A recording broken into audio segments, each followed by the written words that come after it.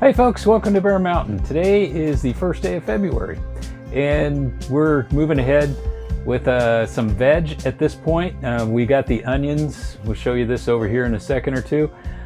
They were planted on the 22nd of January and they've now pretty much fully gone through germination. So that's pretty good for roughly about 10 days. And the shallots did pretty good too. So I think it's a good start for the season. Today, what we're going to be planting are greens and some celery, but mostly what we're looking at is spinach and lettuce to get our next crop in the tunnel. This would be a crop that would be, hopefully would be sticking in the ground by the end of February in about 4 weeks. They'll be pretty small plants, but we're going to start them in 6-packs the same way we did with the onions. And the idea would be is this would be the next level of greens that we'll harvest. And being that they're going to be planted in a warmer and a longer daylight type environment, we won't get as long as we did with the spinach and the lettuce that we planted last fall that we've still been harvesting on. So we're going to tend to, as we get longer days and warmer weather, the rotations will get a little faster on it. So what we're thinking is that probably, again, once these guys get in the ground for a couple of weeks, say about 6 weeks from now, we'll probably do another rotation. So what we're going with this time is some lettuce that can be classified as, I guess you'd say, early season. So it'll still kind of handle the cool fairly well. And these are kind of varieties that we looked at and we've used in the past, like winter density. And I also want to get some a romaine in here. And this one's called, it's called Breen. And it's a compact size, so meaning it's going to not be super huge. And then the others, I'm going to try to get some color in here. Skyphos, we've had actually pretty good luck with that in the summer as well as in towards early spring. And then a red called Magenta, going to try that one out. Spinach, at this point we're going to switch from the savoyed leaves that typically what you see in the wintertime, those type of leaves on spinach, they're kind of more crinkly and they tend to be a bit bigger and maybe more angular in shape, to a more of a rounded leaf, smooth leaf type. And this variety we're going to be using is called Seaside, and we've had pretty good luck with that one too. And then we had real good luck this last year with celery, and I think the variety we're going to stick with is called Kelvin. And this one is, it really takes a long time, so we're going to start it now, and this is going to be actually for planting outside in the garden. And then what we look at is we'll probably get a harvest on these ones in June, I'm thinking. They'll probably come along towards the longer day, and then we're going to plant some in May for a harvest into fall. So we're kind of trying to see if we can do it twice a year and see if we can get away with that. And then the last thing is just in general is we're going to plant a bunch of scallions or green onions, bunching onions, kind of got different names all over the place, but the idea of these things would be like for salads and other seasoning type things.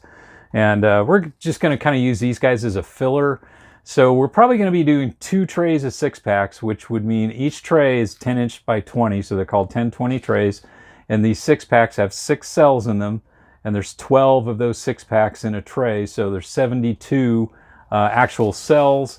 And the only thing that's going to be multi-planted, I'm going to do at this time, is I'm going to multi-plant the celery because I'm not too sure in the germination on it. And I'm also going to do kind of like two to three seeds on the lettuce side of it too, because I just want to be sure that I got germination in each cell. And what I may do then at that point is, once they get up, I'll look at the strongest one and just prick out the ones I don't want. And if they're decent enough, I may just transplant them someplace. But I want to be sure that what I have and every cell has something in them. So from the multi-plant, not to grow it to harvest, but to get it enough in there to make sure I don't have a dead cell. Now that may seem like overkill, but I just don't want to waste the space. I can, justify not multi-planting if I was using a, mini blocks or a plug tray with like a couple hundred in it. I wouldn't bother. But when I'm looking at using a 6-pack, I want to be certain that I have germinated plants in each block. So, and that way I can pick from the strongest too. So let's take a look at the onions. So one of the things is the onions that we planted on the 22nd of January, and today is February 1st, as we talked about, and it is they've germinated pretty good, and I've got, I think, at least 3 in most cells, 4 in a number of them. So these should, start growing on really good here. I think at this point, I just took the humidity domes off these guys, and in a day or two, we'll take them off the heat mat. All right, so we got our trays filled out, and one of the things that we did is we used the same mix we used the last time we did with the onions. Is we took that down-to-earth potting mix, and then we added about, a couple of, probably it works out to be somewhere around 5 to 10% of the mix ends up being perlite. It's kind of a fine plug grade perlite we use. And then the one thing I didn't talk about is last time, which I guess is a big omit, is one of the things I do is I load the potting mix damp. So, I mean, it's not really wet, but it's just kind of lightly damp to the touch. Pack the plug trays themselves after I mix in the perlite. And then as a last step before I do planting is I'll give them a watering and let them sit for about 15-20 minutes. And then I'm ready to plant into them. So I know that the medium itself has been wetted down really pretty good. This tray here, on this tray of 6-packs, what I'm going to be planting is I'm going to be planting lettuce. Okay, so the lettuce is really a pretty shallow planting, and you really don't want to be much more than about an 1/8 inch deep, which is almost saying is like, if you can just make a depression, I'm just going to use the end of this little tool just to give me kind of a dimple. But if you had some other mechanism, where you could make a dimple in things, that would work out just fine. And I'm not trying to push down really super deep, just enough to give it just a dimple in the top. And that's what I'll plant into. It's similar to what I did with the onions. But one of the things I'm going to do on this is after I plant them, I put that fine vermiculite again over the top, but I'm gonna kind of press down on the top and make sure that I kind of give it a firmness and that the seed is in good contact with the medium, so that when the roots come out, they'll be right there with the soil itself, and there won't be kind of an air gap or something like that. And I didn't really do that with the onions, but in the past I've kind of looked at the onion seed as, once I kind of wet it down, it kind of does that. And I've never noticed any kind of difference in germination, but it kind of seems like with lettuce seed, it's like a finer seed, and I seem to get a better germination with giving a little bit of pressure on the top of it. And it's not, anything super heavy. It's just kind of taking your fingers and just kind of patting it down. So this tray is going to be completely lettuce. I'm going to put in, I've got 4 different varieties. So I'm going to put in 3 trays of each of these varieties that are in here. So it'll give me 18 cells. Going to put a couple of seeds in each cell. So we'll end up with somewhere around, 36 to 40 lettuce plants to deal with if they all germinate. In the past, I've had kind of sometimes spotty luck on some seed. Most of the seed is new. We try to, with like lettuce seed and onion seed, and particularly spinach seed, we try to make certain that we get new seed every year. It just doesn't really have a long storage life for us. So let's get it planted, and then I'll show you how we finish it off.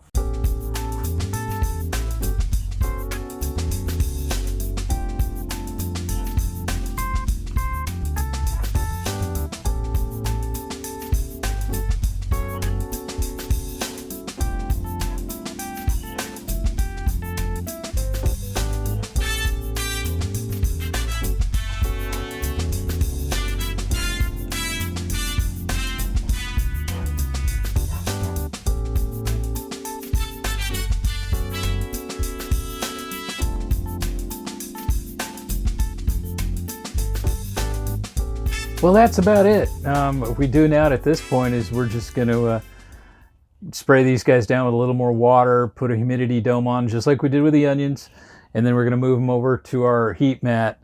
I do have some space on one of my heat mats over here. The lettuce I'm not going to put on the heat mat because they actually germinate better at a lower temp. But these other guys, the celery and the onions and stuff, I think they can handle a cooler. Like I can set this one heat mat I got here at 70, which would be just enough. But I think the lettuce, my experience has been if I can keep the inside of the greenhouse roughly in that 55 to 65 zone during the day, and then get it, you know, kind of in a 24-hour period. That's kind of what I'm really talking about. It kind of averages out to 55, 65. If it turns out that we're going to go into a cold snap, which we may this weekend, I may move it over to the heat mat just for a couple of days. But I really want to kind of germinate the lettuce on a cooler side. The spinach can kind of go either way. I've had okay luck with it at 70 degrees. Celery is the same thing. Spinach is the only thing that was really planted a little deeper. All the lettuce was at 1/8 inch. The celery was an 1/8 inch depth. And the onions were roughly about 1/4. It's pretty close. And I kind of got them all in there firmed. And the spinach, by the way, was a 1/2 inch. And I got that firmed in. And so at this point, most of the stuff will probably germinate in about, I'm thinking about 7 to 10 days tops. But celery might go a little longer. My experience has been, in the past, it's been a little slower on the germinating side. And the onions are kind of, I think, will be pretty much the same. We had pretty much full germination on these guys within 10 days. So I think, you know, that's kind of what we're looking at. So the next up for us on the veg side is going to be starting our peas, our snow peas, and our snap peas. And then I've got some potatoes that are starting to show sprout. So I'm thinking that by the middle of this month, in another 2 weeks, in the tunnel, I'll be able to start planting early potatoes. I got some reds and some early whites that will be just super for getting in the ground. So this gardening season's really starting to take off. So I'm just kind of bringing you guys along as I'm doing different things, kind of the timing of things. This is kind of how we are. Again, we're zone 8B. We're in the Maritime Northwest, so I'm only 65 miles from the coast.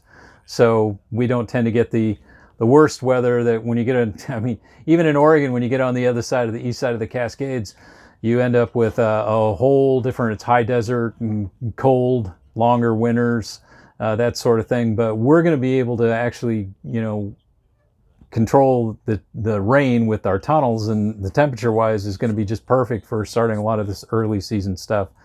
So here we are, 1st of February, and we're starting to really start to gear up. Got to get some flowers started too, so we're going to be working on that coming up. So anyway, thanks for watching this week. Stay safe out there, everybody. We'll catch you on the next video. Bye-bye.